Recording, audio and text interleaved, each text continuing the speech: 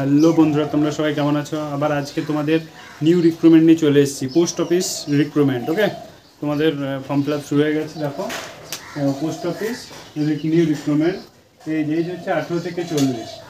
আর তোমার কোয়ালিফিকেশান হচ্ছে তোমার মাত্র 10 পাস হলেই হবে। আর এক্সাম, তোমার কোনো এক্সাম নেই। নো হাইট, তারপর হচ্ছে নো রান। তোমাদের রান নেই, তোমাদের হাইট নেই, তোমাদের কিছু নেই। জাস্ট তোমাদের ফর্ম ফিল আপ করলেই ডাইরেক্ট সিলেকশন। তোমার নাম্বার বেসিসে সিলেকশন হবে, বুঝতে পেরেছো তো?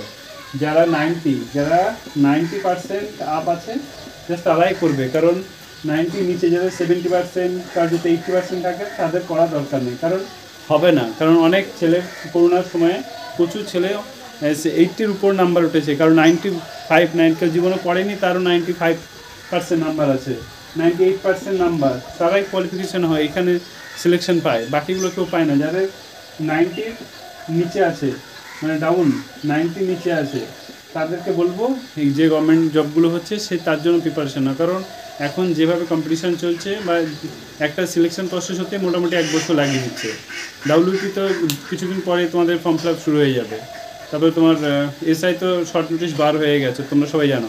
তো তোমরা তার জন্য লেগে থাকো। Okay, thank you. I have got the idea. আমার চ্যানেলটা সাবস্ক্রাইব করে থ্যাংক ইউ।